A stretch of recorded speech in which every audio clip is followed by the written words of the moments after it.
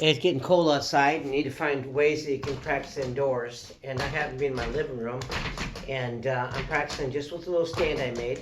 And it's just a pole with a spring in it, and placed in it. There's a stand, and it's just something that's real simple. It's not designed to hit the ball real hard. It's just something that where I can practice my hand-eye coordination, and I can just practice stroking the ball. I have other ones I can hit a lot harder on, and if the ball fell off, you just put it back on, and it's a great way of practicing. And so find the ball. I always talk about finding the ball with the racket, feel the ball with the strings, and then follow through. And so it's a nice little stand that I can practice hitting, and so I can practice as I hit. Maybe perhaps I can listen to some music. I can practice, it's like a punching bag or something that you can practice with. I can move around the stand just by moving my feet and practice moving around it. Okay, practice forehands. It's a great way of practicing. Focusing on the ball, find the ball, feel it, find the ball at the racket, feel the ball, follow through. It's just a good way of practicing, finding ways to practice in the winter. It's going to be getting cold outside. You can take the nets down. You have the option of practicing home, maybe in the garage, in your basement. You can practice off the wall, or you can make a simple tennis stand like this, and you just practice hitting that ball. And a few minutes a day, maybe, if you took 10 minutes a day, by the time the next year, springtime came around, you're going to be in pretty good position to play tennis. You're going to actually, by practicing all winter long, you're going to actually keep in shape and perhaps improve. And various other things that you can do besides practice swinging the racket.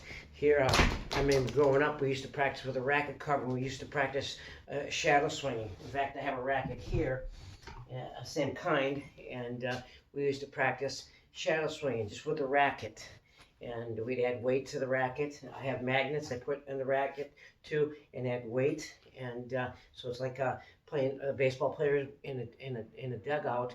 They have a donut on their bat, and they have the weight, and they practice swinging. Well, putting the racket cover adds weight. And then I have magnets I can put on there, and I have them in the basement, and I can practice swinging. And therefore, when I take the cover off, my racket actually feels like it's going faster through the air.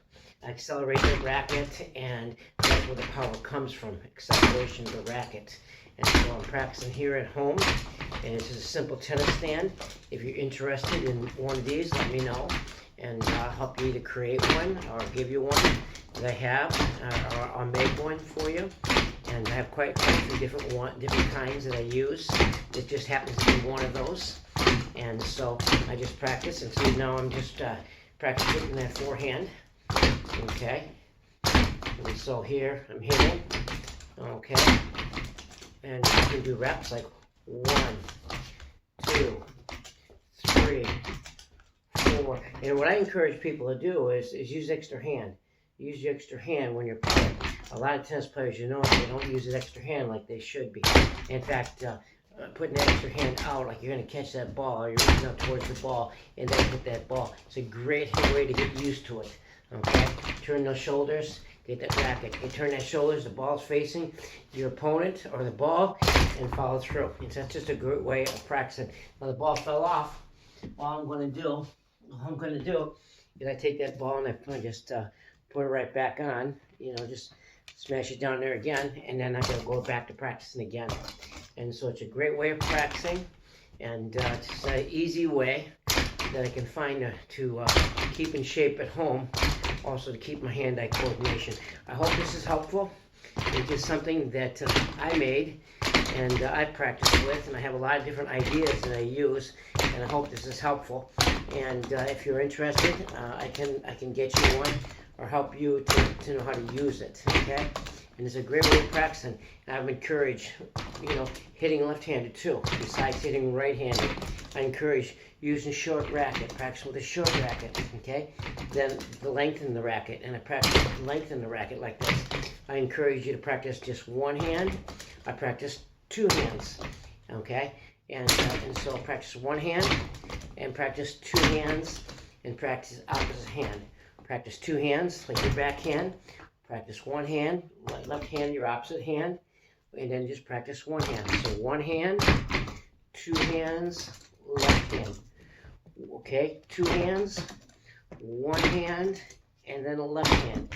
Practice long racket. You're using the length of the racket as long as you can go down.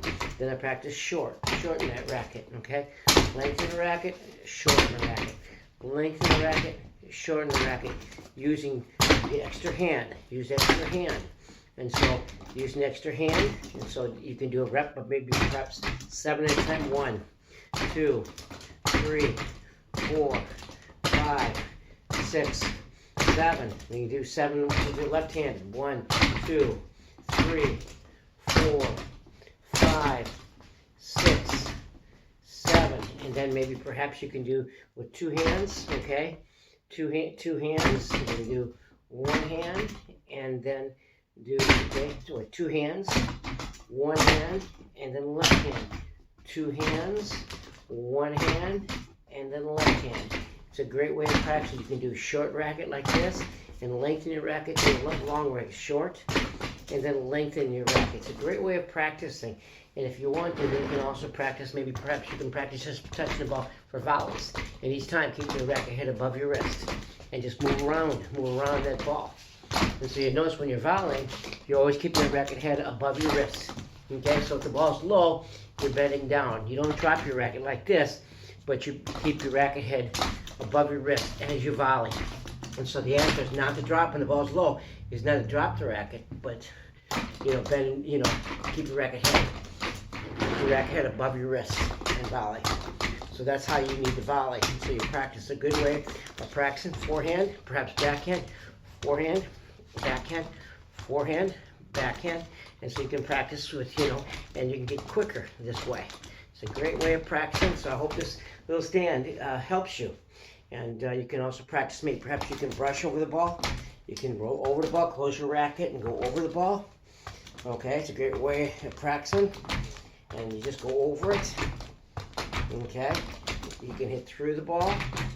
Okay, and so you can practice different things as you think of ways that you want to practice and be creative. I hope this is helpful.